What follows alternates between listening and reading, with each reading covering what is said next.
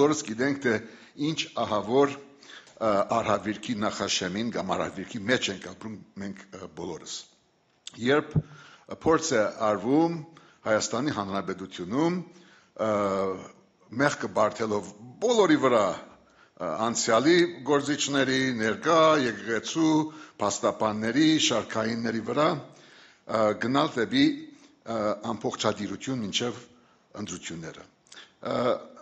Այդ ամբողջադիրությունը ինքնին նմանագում է, իմիտացիա է,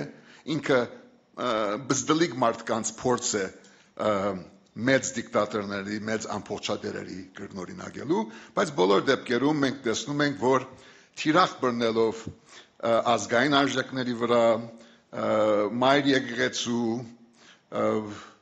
բայկարող դղաների, շարքային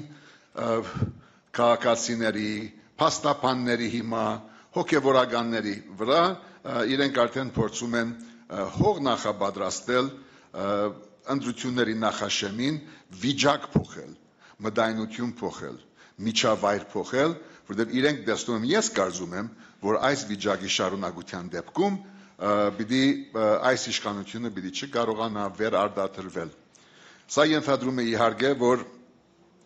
հասարակությունը վերարտանա, որ ինքը իր իրավունքների, իր ճակատագրի դերը դառնա, դուրս գա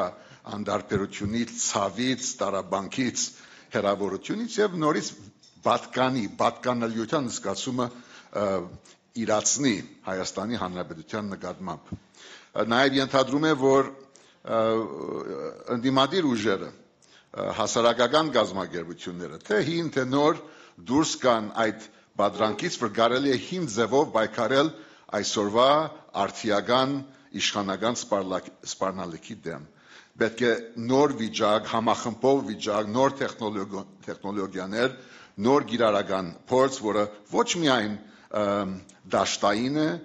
մարդկային է, թեթաթեթ մարդկանց հետ աշխատելով, այլ նաև իհարկե նաև ներառում է տեխնոլոգիաները, նաև սոցիալական ցանցերը եւ այլն։